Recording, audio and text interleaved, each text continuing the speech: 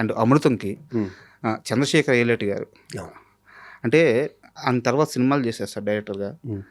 అంటే ఒక మాట అనొచ్చు, సిరివెన్నెల గారి గురించి త్రివిక్రమ్ అంటారు, తెలుగు సినిమాకి సినిమా సాహిత్యానికి నోబుల్ స్థాయి సాహిత్యం రాయగల కవి ఆయన, అలా అమాయకంగా మన దగ్గర ఉండిపోయారు అని చెప్పేసి సిరివెన్నెల గారు మాట అద్భుతం ఆయన చెప్పింది. త్రివిక్రమ్ గారు చెప్పిన అద్భుతం. చిన్న చెప్పండి సార్. నాది సిరివెన్నెల సీతారామ శాస్త్రి గారు తండ్రి కొడుకులు అనుమతి. వాళ్ళ అబ్బాయి పేరు రాజా, నా పేరు రాజా. అవును సార్. నేను ఎప్పుడు స్టార్టింగ్ అంటే కళ్ళు సినిమాకి తెల్లారింది, నా ఫస్ట్ సినిమాకి తెల్లారింది ఇలా ఉండే పాట రాసింది ఆయనే, పాడింది ఆయనే. దాంట్లో చిన్న క్యారెక్టర్ కూడా చేశారు. అది ఆయనకి కళ్ళు సినిమా అన్నది సిరివెన్నెల సీతారామ శాస్త్రి గారికి 3వ 4వ సినిమా అనుకుంటాను సార్. కానీ లొకేషన్లో ఉండేవారు ఎప్పుడు. ఆయనకు అవసరం లేదు, లిరిక్ రైటర్కి లొకేషన్లో ఉండవలసిన అవసరం లేదు. మా ఎంవీరావు గారు, గౌరవం అప్పుడప్పుడే పైకి వస్తున్న ఇది ఉంటుంది కదా, దానివల్ల ఇద్దరం కలిసి వైజాగ్ బీచ్లో నడిచినవి కానీ, ట్రైన్ జర్నీలు కానీ, నన్ను వాళ్ళ ఇంటికి తీసుకెళ్ళి, నన్ను రావు గారిని వాళ్ళ ఇంటికి తీసుకెళ్ళింది కానీ, వైజాగ్ దగ్గర అది ఏదో ఊరు, ఒక 3-4 గంటల ప్రయాణం అనుకుంటా. దాని తర్వాత మద్రాసులో సీతారామ శాస్త్రి గారితో నా జర్నీ బోరు కొడితే, అప్పుడు సెల్ ఫోన్లు కూడా రాలేదు కానీ ఏదో పిపి ఫోన్లు ఉండి బోరు కొడితే శాలిగ్రామంలో ఉండే వాళ్ళ ఇంటికి వెళ్ళేవాడిని. ఒక 3-4 నందులు వెనకాల కుర్చీ చేసుకుని ఆయన, డాడీ నాకు ఎప్పుడో వస్తున్నాను నంది అడిగేవాడిని, ఈ నందులు నీయరా అనేవాడు. అలాగే ఆయన పద్మశ్రీ వచ్చాక నేను ఆఖరిసారి కలిసింది అయితే, మధ్యలో ఎప్పుడైనా కలవటం, తర్వాత ప్రపంచం గర్వించదగిందాక త్రివిక్రమ్ అన్నారా ఆయన అన్నారే, అంత గొప్ప రైటర్ అయిపోయాక కలవటం తక్కువైంది. ఆయన పద్మశ్రీ వచ్చాక మార్నింగ్ వెళ్ళి టైట్ హగ్ చేసుకుని ఇద్దరం, డాడీ అంటే రాజా అని ఓకే ఇచ్చి 10 నిమిషాలు ఆయన దగ్గర కూర్చొని వచ్చాను. అదే లాస్ట్ కలవటం సార్. అంటే అదే మీకున్న అనుభవం అది వచ్చేసి ఆయనతో నా జర్నీ ఏంటంటే అంత కొడుకులాగా సార్. అయితే నేను ఆ కంపారిజన్ ఎందుకు వాడానంటే, చంద్రశేఖర్ ఏలేటి గారి స్క్రీన్ ప్లే సార్ ఇంటర్నేషనల్ సినిమాకి కొలమానంగా ఉంటుంది ఆయన సినిమాలో. డౌటే లేదు. అతను చేసిన 13 ఎపిసోడ్లో అనుకుంటా అమృతం వేరే లెవెల్లో ఉంటుంది. అండ్ అలాగే ఆయన చేసిన సినిమాలు కానీ, అనుకోకుండా ఒకరోజు అయితే కానీ, సాహసం కానీ, అద్భుతమైన స్క్రీన్ ప్లే అయితే నేను చేశాను. అవును. అయితే దర్శకుడుగా ఆయనకి రావాల్సినంత సక్సెస్ రాకపోవడానికి కారణం ఏంటి సార్, మీరేమనుకుంటున్నారు? అతను స్లో అండ్ స్టడీ అనుకుంటున్నా సార్. అతను అందరిలా పరిగెత్తే వ్యక్తి కాదు. నేను అబ్జర్వ్ అబ్జర్వ్ చేస్తుంటాను చంద్రశేఖర్ని. మ్యాక్సిమం ఒక 3 months అంతేగా, 13 ఎపిసోడ్స్ అంటే 3 months 4 months తర్వాత సినిమాలు కూడా వచ్చినాయి కదా. తర్వాత సినిమా కూడా ఒక సినిమా చేశాను. తర్వాత చాలా పద్ధతిగా ఉంటాడు, silence, slow and study. First copy అతను చూసేసాక సినిమా స్టార్ట్ చేస్తాడు. అతనిలో నేను అబ్జర్వ్ చేసినది ఈవెన్ ఎపిసోడ్ కూడా ముందే చూసేస్తాడు, ముందే అతను చూసేస్తాడు. Very talented. అవును. మీరు ఎందుకు సార్ అసలు సినిమాలు చూడరంటారు? ఏమో, మనం వచ్చి చూశాను ఇక్కడ, మనం చూశాను మధ్య 2 సినిమాలు చూశాను. అలాగా సార్, నాకు తెలిసి మీవే చాలా సినిమాలు కూడా మీరు చూసి ఉండలేదు అని చెప్పి నాకు తెలిసి. చూడలేదు, నేను డబ్బింగ్లో చూసాక సరిపోతున్నాను అనుకుంటాను. ఇక ఎత్తుకో, నాకు అస్సలు ఈ ఫీల్డ్లో ఉండి సినిమాలు తక్కువ చూసినలో నేను ఒకటి. దీని మీద ఒక పెద్ద గొడవ కూడా జరిగింది ఒక మూమెంట్లో. ఎవరు, ప్రకాష్ రాజు, రవితేజ, సముద్రం షూటింగ్లోనే.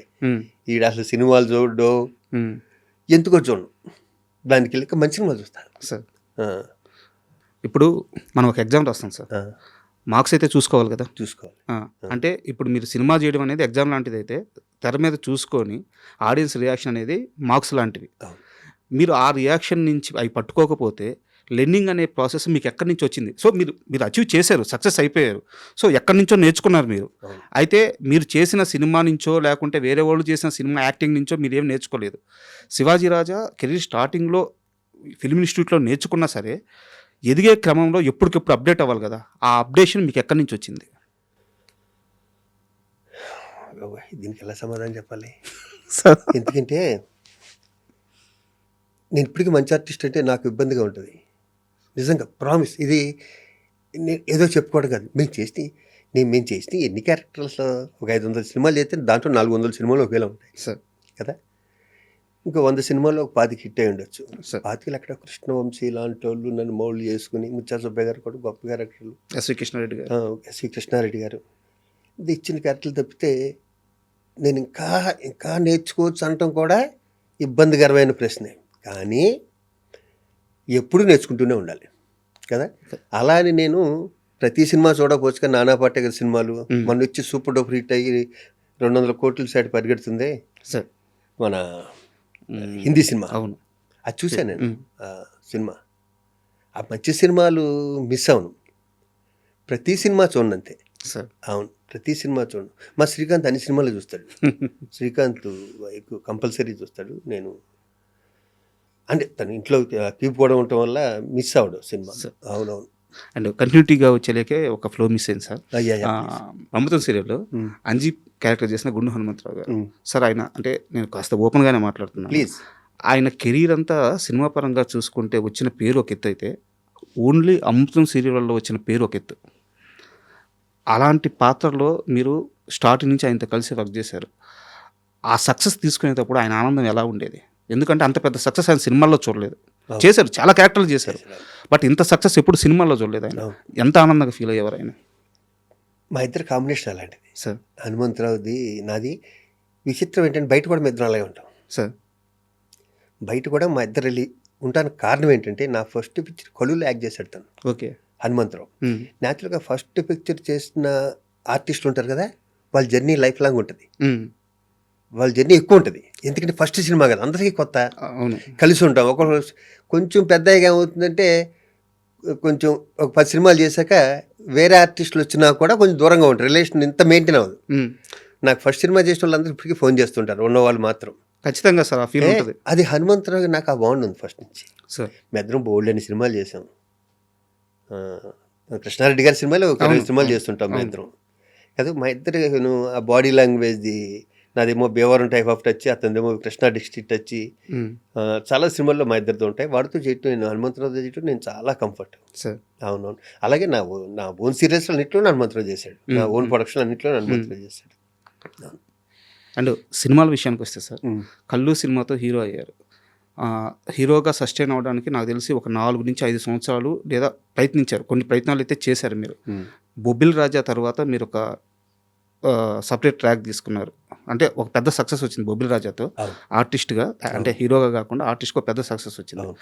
నిజానికి ఆ సక్సెస్ రాకుండా ఉంటే బాగుండేదే? ఇది చాలామంది అన్నారు ఈ మాట, ఇది చాలామంది అన్నారు మాట, కొత్తలో చాలా గ్యాప్ తర్వాత మీరు అంటున్నారు అన్నమాట.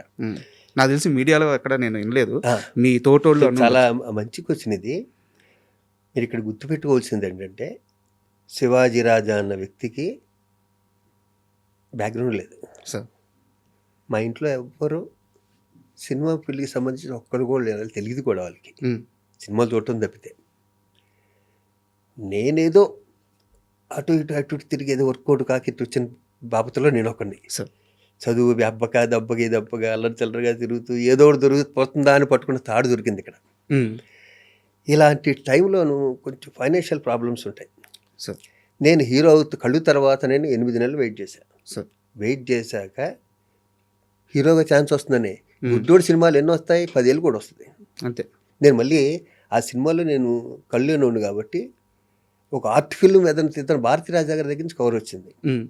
కానీ పక్క వాళ్ళు ఎవరు ఏమన్నారంటే, దానికి నాకు తెలిసింది, ఇంతవరకు నువ్వు వేరే లాంగ్వేజ్ నుంచి తీసి రీమేక్ చేయలేదు కదా, ఇది ఎందుకు చేస్తున్నావు అంటే సినిమాకి పోయింది. లేకపోతే ఆ భారతీరాజు గారి సినిమాలో చేసేవాడిని క్యారెక్టర్. రెండోది ఏంటంటే, నెల వచ్చే రోడ్డుకి మెస్ బిల్ కట్టాలి, ఇంటర్నెట్ కట్టాలి, బండిలో పెట్రోల్ పోయాలి కదా. ఇవన్నీ సక్రమంగా జరగాలంటే వచ్చిన క్యారెక్టర్ వచ్చినట్టు చేయాలి. నేను అప్పటికి గాంధీరాజు గారు నాతో విధాత అని సినిమా తీశారు, హీరో. కానీ దాని తర్వాత కూడా హీరో వచ్చింది, రాఘవేంద్రరావు దాంట్లో ఒంటరి పోరాటంలో విలన్ చేశాను నేను. ఎక్కడో క్యాప్ వచ్చేది ఆ హీరోకి విలన్కి మధ్యలో. అంతవరకు నేను కామెడీ క్యారెక్టర్లు చేయలేదు. రామానాయుడు గారు సురేష్ ప్రొడక్షన్స్కి రమ్మని చెప్పి, ఈ మెయిన్ క్యారెక్టర్ బొబ్బిల్ రాజులోను శివాజీరాజుతో ఏందామంటే, అప్పుడు ఈవివి సత్యనారాయణ కూడా డైరెక్షన్ డిపార్ట్మెంట్లో ఉండేవాడు, మన నాయుడు గారి దగ్గర. ఒక సినిమా కూడా అశోక్ కుమార్ ఏదో డైరెక్ట్ చేశా, ముందు అనుకో తెలియదు. నన్ను పెట్టారు. పెట్టాక నాకేమవుతుందంటే, అక్కడ నాకు ఇమిటేషన్ రాదు, ఇంకొకరిని ఇమిటేట్ చేయటం అయితే అది ఒక కళ, సపరేట్ కళ అది. అవునవును. నాకు అది రాదు. అది రాకపోవటం వల్ల మేమంతా ఒకేసారి వచ్చాం, బ్రహ్మానందం మేమందరం. వాళ్ళు సుధాకర్ మాకన్నా సీనియర్. సార్. వాళ్ళు బ్రెయిన్లో సుధాకర్ ఎవడో ఉంటాడు ఆ క్యారెక్టర్ హ్మ్. హ్మ్. కదా. నేనేం చేసినా సుధాకర్ చేస్తాడు, అలా చేయడం అలా వచ్చేది కదా నాకు.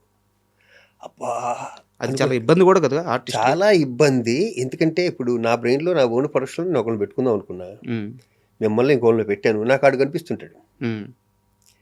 నువ్వు అలా చేయాలంటే ఆడుండగా నేను ఎందుకు అలా చేయటం, అంతే కదా. మా సుధాకర్ ఉండగా ఉమ్. నేను ఎందుకు అలా చేయటం.